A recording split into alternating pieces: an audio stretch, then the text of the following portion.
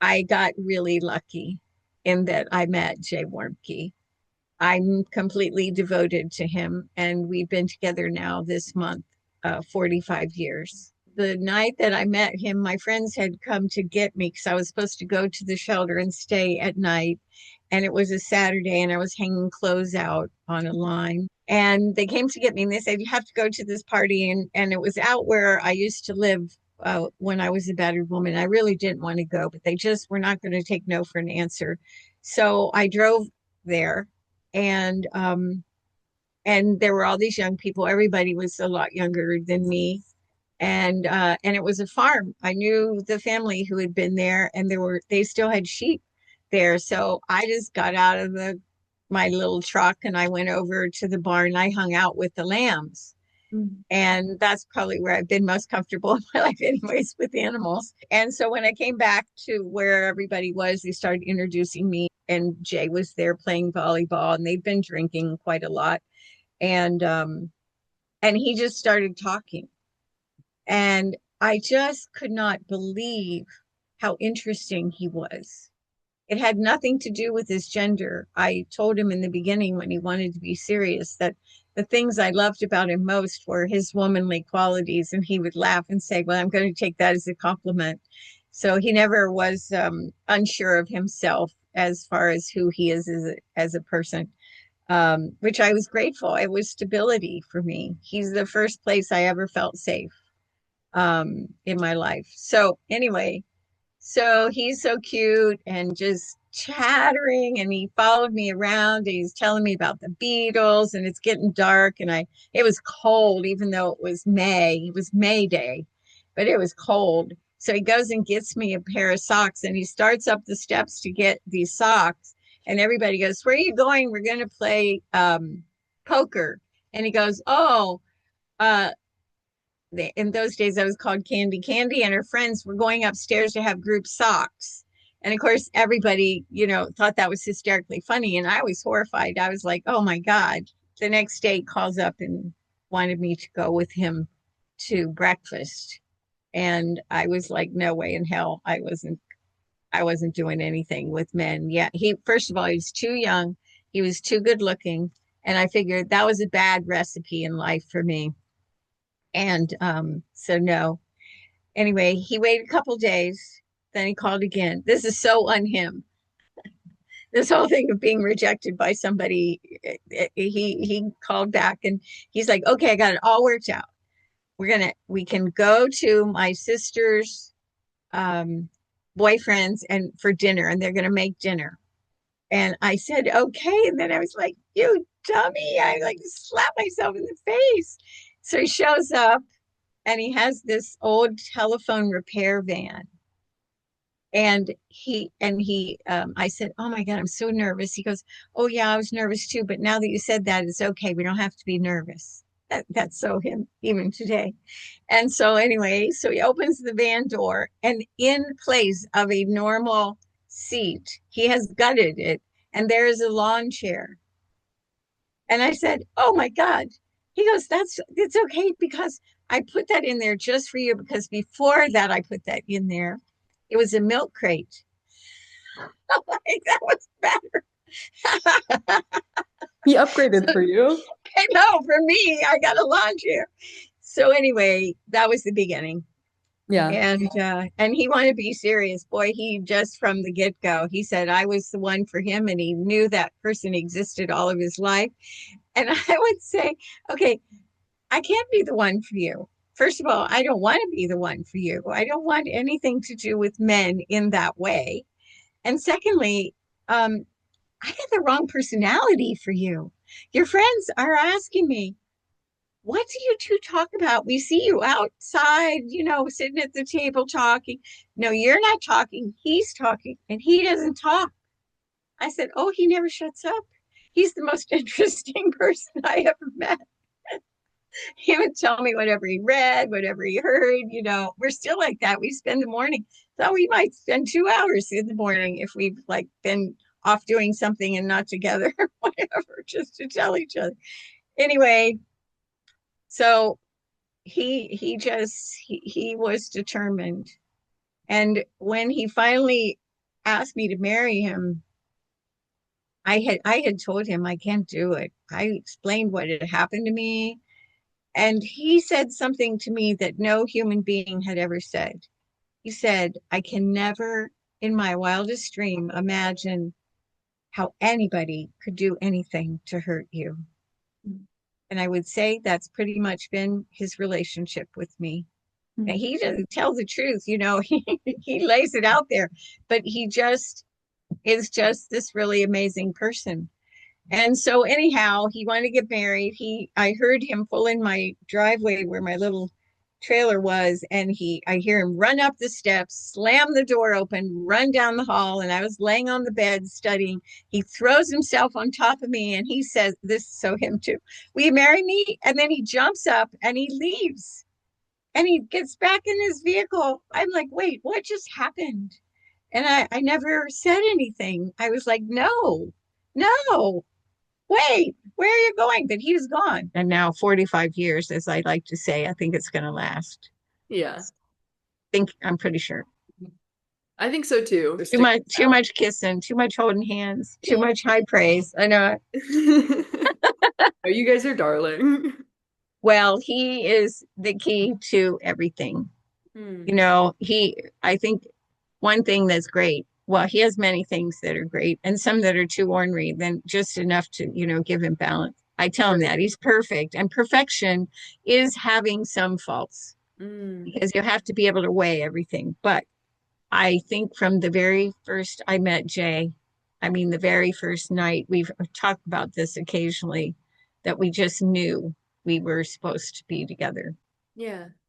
And he knew it. I didn't admit it. I didn't want to, but he knew it. He just wouldn't give up. And it wasn't like he's, stalking me or anything like that. He's incapable of that. But he just knew, you're for me. I always knew that the person for me would be exactly like you, be effusive and positive and adore me. That's what he wanted. And it's hard not to adore him. So, but I don't have any problem speaking up for myself or saying I don't like that. And we're very independent of each other. And then we come back and we have this contract, and it's good. And he's adorable. So I lucked out. But I say, during COVID, there was this real trauma for us. We got COVID brain. We didn't really have like other symptoms, but we knew we'd been exposed very early days, December 2019. And suddenly he was very short with me. And yes, we were under a lot of pressure to reinvent our business, get everything online, but that's not how he is. He's an amazing person, calm and loving, and he stands up to me. That neither here nor there, but we never have argued about anything really. And so I would ask him to, every morning we'd have a briefing during COVID because everything shut down and we're trying to figure out what do we do today? How do we move forward today? And I could not remember things. We were trying to shoot videos called Take a Minute for the Planet. I could not remember to say that. I couldn't do math. It was terrible. But his was more of just this really tense anxiety. And he was very short with me. And I would say, please, I can't believe this is you. And he would say, I'm not being short with you. And then later he would say, I'm going to try harder. And then one day he said to me, what's going on with you? And I said, I don't know you.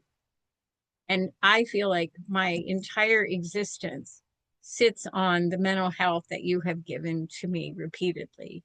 Yeah, you give it freely. I can ask for it, or it just sits in me. And it's all the things I've learned to do that have really helped me a lot in my life. And now you're undoing it. And I was just crying and crying. And he never said a word. This is not like him either. And so I happened to hear on NPR a story about COVID brain. And I was so excited. I ran up to his office and I go, you know what? The reason I was looking to see anything that like, does COVID affect your brain is because I remembered something really important. When we had been married a year, We always went on picnic for our anniversary. Well, we're too broke to do anything else. But it's lovely. We'd go to a lake or something and have some nice food, and we would always tell each other what we learned from each other that year. And it was lovely.